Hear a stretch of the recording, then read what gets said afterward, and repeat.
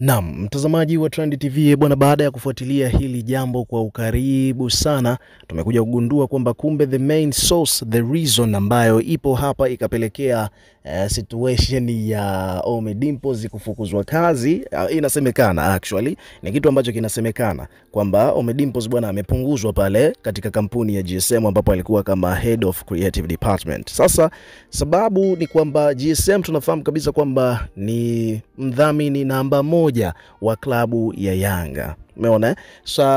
Kutokana na kwamba GSM ni mdhamini wa klabu ya Yanga, alafu kuja wamemwajiri pale Ommy Dimpoz kama head of creative department katika kampuni ambayo inadhamini klabu ya Yanga. Lakini Ommy Dimpoz yeye ni shabiki kindakindaki wa muda mrefu wa klabu pinzani, nazungumzia watani wao wa jadi Simba. Sasa hiki kitu kwa muda mrefu sana wamekuwa wakifanya kazi vizuri tu, japokuwa GSM wao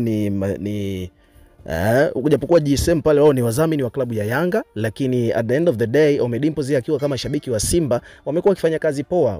Wamejitahidi sana ku keep it professional, wamejitahidi sana ku balance kazi na feelings za ushabiki. Umeona? Kwa muda wote wamemanage, lakini at the end of the day kitu ambacho kimekuja kutokea hivi karibuni kwa mujibu wa fununu ambazo tumezipata ni kwamba kulikuwa kuna shughuli, kuna kongamano la kuchangisha pesa kwa ajili ya CCBRT, moja kati ya taasisi kubwa sana hapa Tanzania za kiafya, CCBRT. So ni kwamba katika hili kongamano bwana kulikuwa kuna foundation ya GSM inahusika humo, Yanga inahusika humo ndani pamoja na CCBRT wenyewe. Sasa ukizungumzia GSM, Ommy Dimpoz lazima awepo pale kwa sababu ni moja kati ya wakuu wa department moja hapo ambayo inapatikana katika hiyo kampuni ya GSM. Sasa kitu ambacho tumekuja kunotice ni kwamba inasemekana kwamba kuna kauli ambazo Ommy Dimpoz alizitaja kuhusiana na jezi ya Yanga pale katika huo mkutano. Labda alizungumza kimasihara, lakini at the end of the day ukisimama kwenye upande wa mikataba inasemekana kwamba Ommy Dimpoz ameonekana kwamba alifanya makosa makubwa sana, yani kama vile amekiuka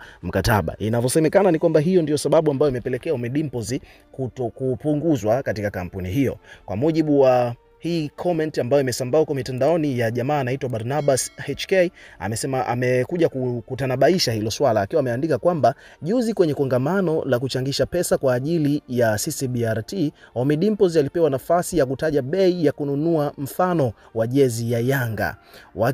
Wakitarajia kwamba angetaja bei ya juu, lakini ghafla alisema kwamba kama ingekuwa ni jezi ya Simba angeweza kuchanga hata zaidi ya milioni 100 na akamtaka Baba Levo na Mwijaku kama wanataka hiyo pesa basi walete jezi ya Simba.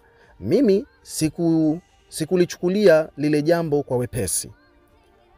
Niliwaza zaidi, mkataba ulipo ni kati ya GSM Foundation, CCBRT pamoja na timu nzima ya Yanga. Kauli yake ilikuwa ni ngumu na kosa kubwa sana kwa watu wanaojua haki za kimikataba ya kibiashara.